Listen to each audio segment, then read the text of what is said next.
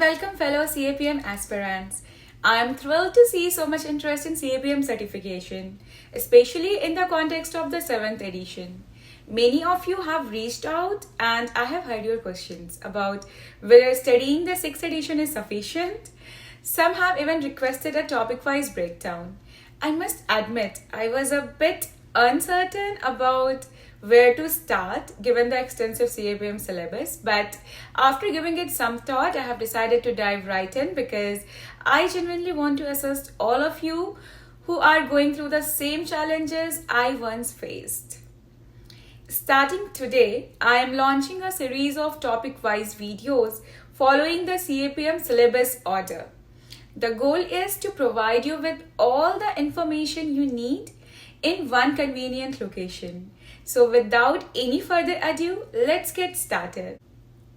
First things first, I recommend that you download the current CAPM syllabus from the PMI website. It's actually a very straightforward process.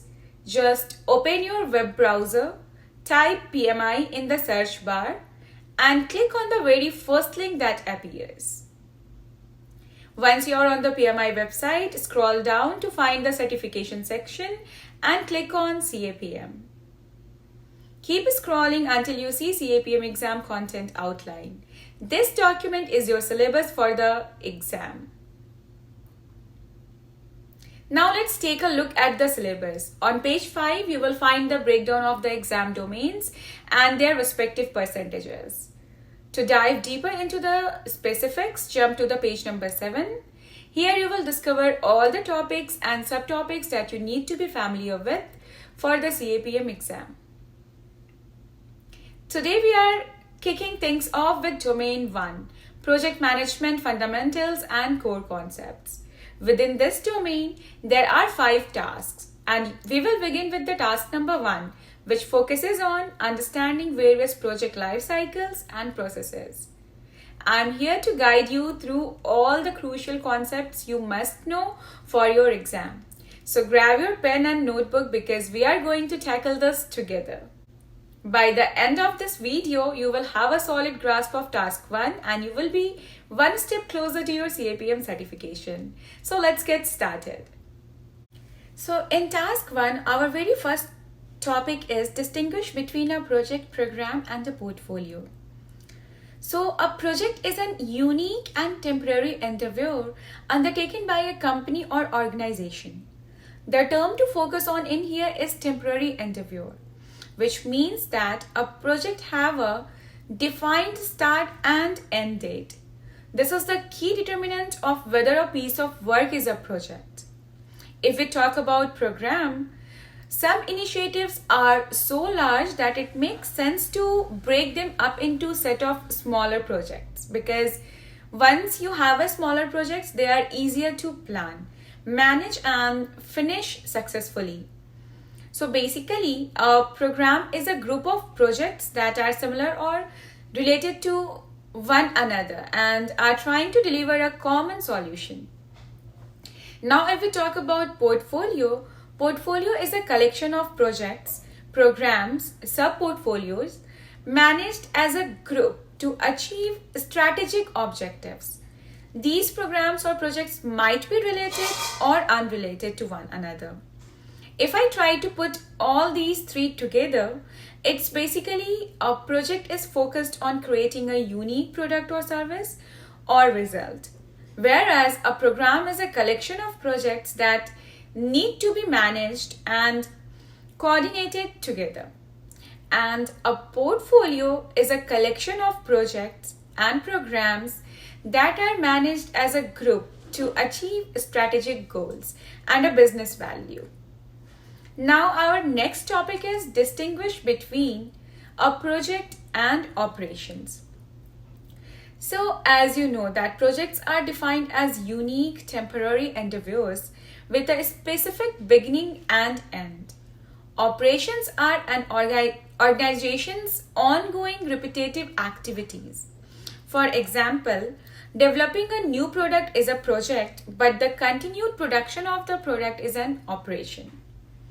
So unlike projects, operations are those activities that don't aim to produce anything new, but they are there to maintain and sustain a system.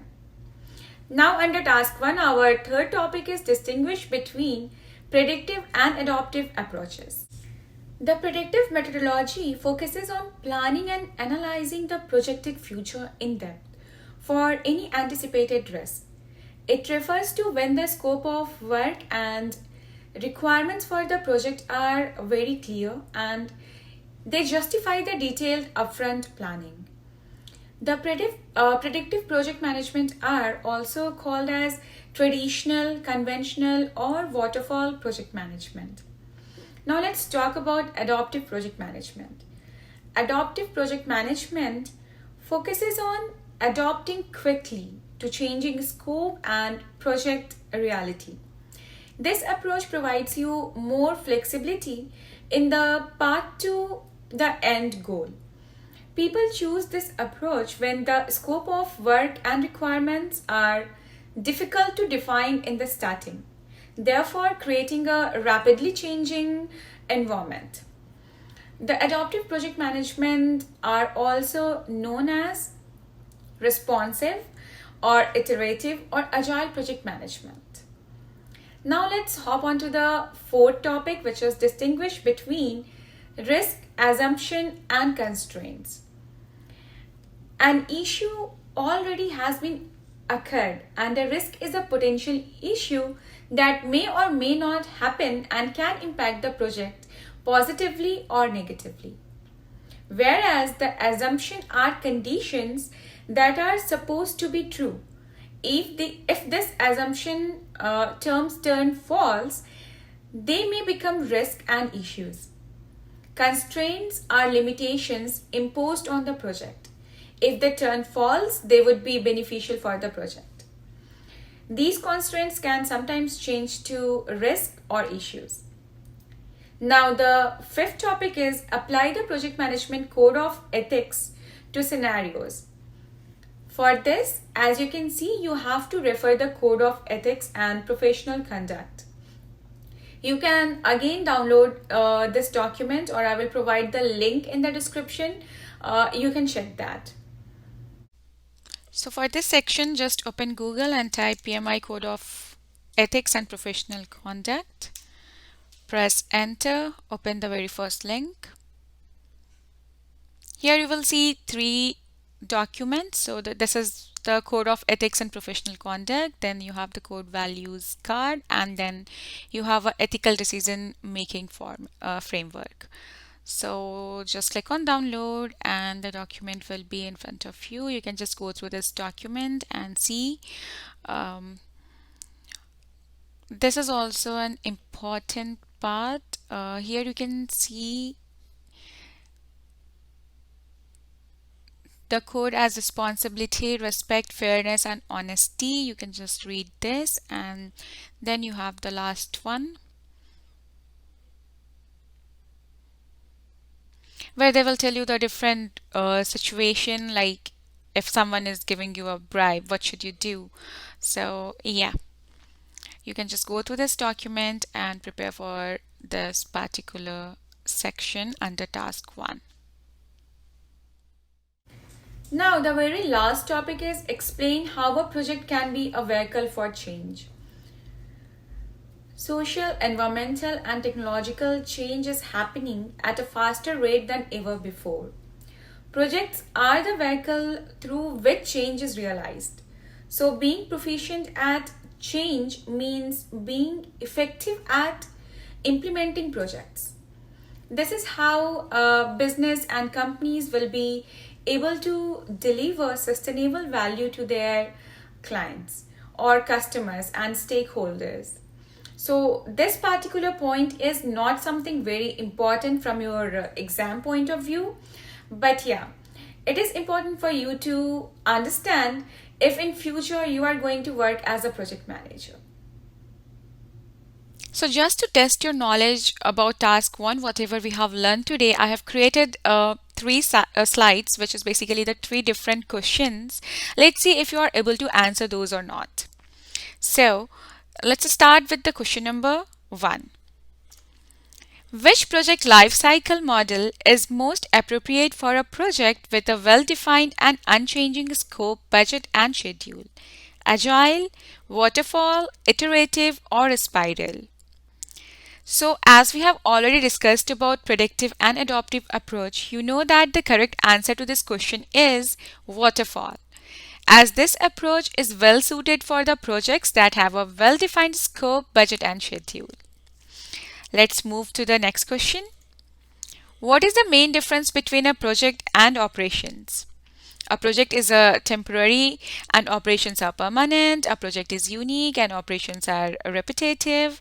A project is focused on achieving specific objectives and operations are focused on maintain current process. A project is focused on creating new products or services and operations are focused on maintaining current products or services. If you will see, all the four options seems correct to me. But here, if you have to correct the most suitable answer to this question, it is the option number 1. A project is temporary and operations are permanent. Let's move to the next question. A project manager is in charge of a construction project and is offered a bribe from a supplier to award the contract to them. According to the Project Management Code of Ethics, what should the project manager do? Accept the bribe, report the bribe to the supplier, report the bribe to their employee, or report the bribe to the relevant authorities. So I'll show you the answer to this question indirectly in the code of ethics that I have shown you how to download. So just give me a minute. So I have opened the code of ethics and you can see here this point that we report unethical or illegal conduct to appropriate management and if necessary to those affected by the conduct. So you can just read the comment as well. These provisions have several implications. Specifically, we do not engage in any illegal behavior, including but not limited to theft, fraud, corruption, or bribery. Further, we do not take or abuse the property of others. I wanted to show you this one. Yeah, reporting is not easy, and we recognize that it may have negative consequences.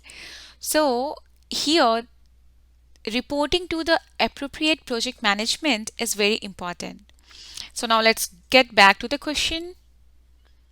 So here from my understanding, report the bribe to their employee and report the bribe to the relevant authorities are the two options that you think that might be true in this case. But as I have shown it to you in the document, reporting it to the relevant department or authorities are very important. So this is why the option number 4 is the correct one and not the option number 3.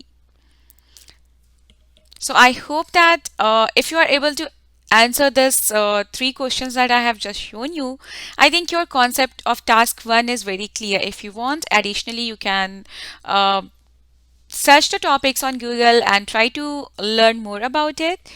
So yeah. Hey guys, I hope that you like this video. Let me know if you have any suggestions or any ideas because this is my first time that I'm creating any tutorial like this. So any suggestions from you guys are welcome because ultimately it's going to be for you guys. So yeah, apart from this, I wanted to tell you that what we are observing that 87% of our viewers are not subscribing our channel. So please subscribe to our channel because this is what motivates us to create good content for you. And yeah, if you like this video, just hit the like button, share it with your friends, and again subscribe to our channel. I'll see you guys in my next video. Bye. Take care.